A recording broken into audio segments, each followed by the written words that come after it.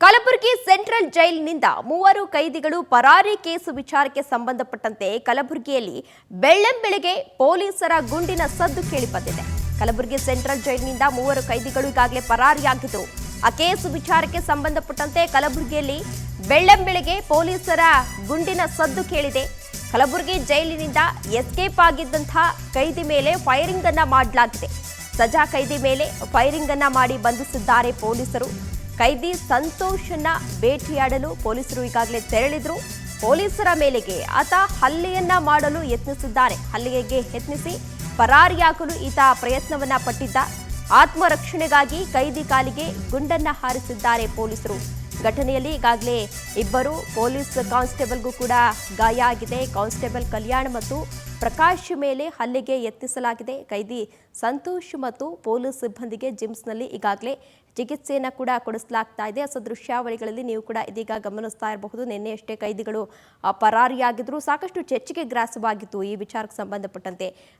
ಅಂದರೆ ಜೈಲಾಧಿಕಾರಿಗಳು ಯಾವುದೇ ರೀತಿ ಕೆಲಸವನ್ನ ಮಾಡ್ತಾ ಇಲ್ವಾ, ಅವರ ನಿರ್ಲಕ್ಷ್ಯವೇ ಇದಕ್ಕೆ ಕಾರಣ ಆಯ್ತಾ ಅನ್ನುವ ಪ್ರಶ್ನೆಯೂ ಕೂಡ ಎದುರಾಗಿತ್ತು. ಇದೀಗ ಅವರನ್ನ ಹುಡುಕಾಟವನ್ನು ನಡೆಸ್ತಾ ಇದ್ದಂತಹ ಸಂದರ್ಭದಲ್ಲಿ ಅವರು ಹಲ್ಲೆಗೆ ಪ್ರಯತ್ನವನ್ನ ಮಾಡಿದ್ದಾರೆ. ಸಂತೋಷ್ ಎನ್ನುವ ಕೈದಿ ಏನಿದ್ದ ಸಜಾ ಕೈದಿ ಅವರು ಹಲ್ಲೆಗೆ ಯತ್ನವನ್ನ ಮಾಡಿದಂತಹ ಸಂದರ್ಭದಲ್ಲಿ ಅವರ ಆತ್ಮರಕ್ಷಣೆಗಾಗಿ ಕಾಲಿಗೆ ಗುಂಡನ್ನ ಹಾರಿಸಿದ್ದಾರೆ. ದೃಶ್ಯಾವಳಿಗಳಲ್ಲಿ ನೀವು ಕೂಡ ಇದೀಗ ಗಮನಿಸ್ತಾ ಇರಬಹುದು. ಕೈದಿ ಸಂತೋಷ್ನನ್ನ ಹಾಸ್ಪಿಟಲ್ಗೆ ದಾಖಲು ಮಾಡಿ ಚಿಕಿತ್ಸೆಯನ್ನ ಕೂಡ ಕೊಡಿಸಲಾಗ್ತಾ ಇದೆ. ಅದರ ಜೊತೆಗೆ ಇಬ್ಬರು ಸಿಬ್ಬಂದಿಗಳು ಕಾನ್ಸ್ಟೇಬಲ್ ಏನಿದ್ರು ಅವರಿಗೂ ಕೂಡ ಈಗಾಗಲೇ ಏಟ್ಗಳಾಗಿತ್ತು.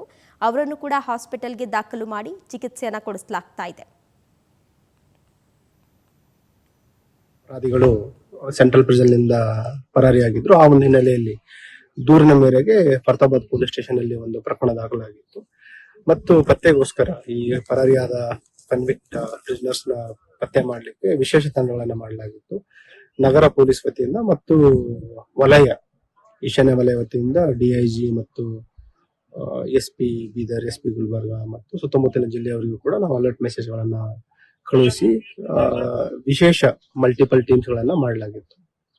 ಈ ದಿನ ಬೆಳಗಿನ ಜಾವ ಅರ್ಲಿ ಮಾರ್ನಿಂಗ್ ನಮ್ಮ ಟೀಮ್ ಮೂವ್ಮೆಂಟ್ ಅಲ್ಲಿ ಇದ್ದಾಗ ಫರ್ತಾಬಾದ್ ಇನ್ಸ್ಪೆಕ್ಟರ್ ಅವರಿಗೆ ಒಂದು ಕ್ರೆಡಿಬಲ್ ಇನ್ಫಾರ್ಮೇಶನ್ ಬರುತ್ತೆ. ಅದರಲ್ಲಿ ಏನು ಹುಮ್ನಾಬಾದ್ ರಿಂಗ್ ರೋಡ್ ಅಲ್ಲಿರುವ ಇಂಡಸ್ಟ್ರಿಯಲ್ ಏರಿಯಾ ಇದೆ, ಹುಮ್ನಾಬಾದ್ ರೋಡ್ ಹೋಗುವಂತದ್ದು, ಅಲ್ಲಿ ಒಂದು ಸಸ್ಪೆಕ್ಟ್ ಏನು ಫೋಟೋದಲ್ಲಿ ಇದೆ ಅವರ ಒಂದು ಮೂವ್ಮೆಂಟ್ ಇರೋದ್ರ ಬಗ್ಗೆ ಒಂದು ಮಾಹಿತಿ ಬರುತ್ತೆ. ತಕ್ಷಣ ತಂಡ ಇಲ್ಲಿ ಸ್ಥಳಕ್ಕೆ ಧಾವಿಸ್ತಾರೆ.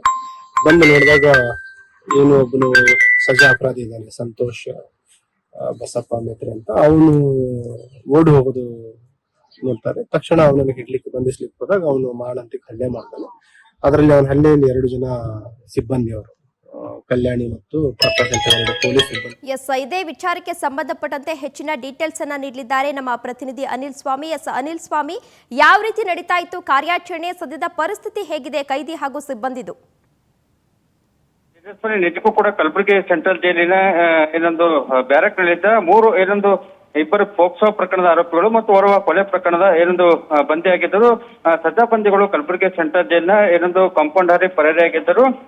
ಮೊನ್ನೆ ತಡರಾತ್ರಿ 3 ಗಂಟೆಗೆ ಈ ಒಂದು ಘಟನೆ ನಡೆದಿತ್ತು. ಯಾಕಂದ್ರೆ ಜೈಲಿನ ಒಳಗಡೆ ಇರುವ ಬ್ಯಾರಕ್ ನ ಕಬ್ಬಿಣದ ರಾಡ್ಗಳನ್ನ ಕಟ್ ಮಾಡ್ತಾರೆ. ಬಳಿಕ 20 ಅಡಿ ಎತ್ತರದ ಕಾಂಪೌಂಡ್ ಹಾರಿ ಪರಾರಿಯಾಗುತ್ತಾರೆ. ಪ್ರಮುಖವಾಗಿ ಇಲ್ಲಿ ಗಮನಿಸಬೇಕಾದ ಅಂಶ ಎಂದರೆ ಕಳೆದ ಅನೇಕ ವರ್ಷಗಳಿಂದ ಕಲಬುರಗಿ ಸೆಂಟ್ರಲ್ ಜೈಲಿನ ಕಾಂಪೌಂಡ್ ಇದೆ. ಆ ಕಾಂಪೌಂಡ್ ಮೇಲ್ಗಡೆ ಒಂದು ತಂತಿ ಬೇಲಿಯನ್ನು ಹಾಕಲಾಗ್ತದೆ. ಆ ತಂತಿ ಬೇಲಿಗೆ ಒಂದು ವಿದ್ಯುತ್ ಸ್ಪರ್ಶ ಒಂದು ಕನೆಕ್ಷನ್ ಕೊಡಲಾಗ್ತದೆ. ಆದ್ರೆ ಕಳೆದ ಅನೇಕ ವರ್ಷಗಳಿಂದ ವಿದ್ಯುತ್ ತಂತಿ ಅಂದ್ರೆ ವಿದ್ಯುತ್ ಸ್ಥಗಿತವಾಗಿತ್ತು. ಈ ಹಿನ್ನೆಲೆ ಇದನ್ನೇ ಎನ್ಕೇಸ್ ಮಾಡಿಕೊಂಡ 3 ಕೈದಿಗಳು ಪರಾರಿಯಾಗಿದ್ದರು. ಸದ್ಯ 3 ಕೈದಿಗಳ ಬಂಧನಕ್ಕೆ ಕಲಬುರಗಿ ನಗರ ಪೊಲೀಸ್ ಆಯುಕ್ತರು ಒಂದು ವಿಶೇಷ ತಂಡವನ್ನು ರಚನೆ ಮಾಡ್ತಾರೆ.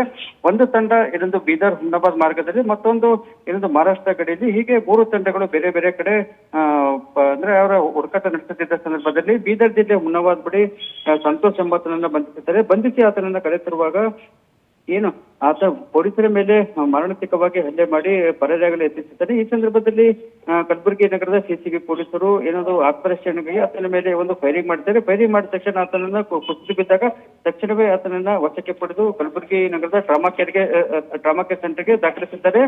ಸದ್ಯ ಈಗಾಗಲೇ ಕಲಬುರಗಿ 3 ಕೈದಿಗಳು ಪರಾರಿಯಾಗಿದ್ದಾರೆ. ಪರಾರಿಯಾದ ಘಟನೆಗೆ ಸಂಬಂಧಿಸಿದಂತೆ ಕಲಬುರಗಿ ಕೇಂದ್ರ ಕಾರಾಗೃಹದ ಮುಖ್ಯ ಅಧೀಕ್ಷಕರನ್ನ ಅಮಾನತು ಮಾಡಿ ಎಡಿಜಿಪಿ ಅಲೋಕ್ ಕುಮಾರ್ ಅವರು ಆದೇಶ ಹೊರಡಿಸಿದ್ದಾರೆ. ಅಷ್ಟೇ ಅಲ್ಲದೆ ಮತ್ತೆ ಉಳಿದ ಜೈಲಿನ ಅಧಿಕಾರಿಗಳಾಗಿರ್ಬೋದು ಮತ್ತು ಸಿಬ್ಬಂದಿಗಳನ್ನ ಇನ್ನೂ ಕೂಡ ಮೇಲಧಿಕಾರಿಗಳು ಜೈಲಿಗೆ ಆಗಮಿಸಿ ವಿಚಾರಣೆ ನಡೆಸುತ್ತಿದ್ದಾರೆ. ತೇಜಸ್ವಿನಿ. ಓಕೆ, ಧನ್ಯವಾದ ಅನಿಲ್ ಸ್ವಾಮಿ ತಮ್ಮೆಲ್ಲ ಡೀಟೇಲ್ಸ್ಗಾಗಿ.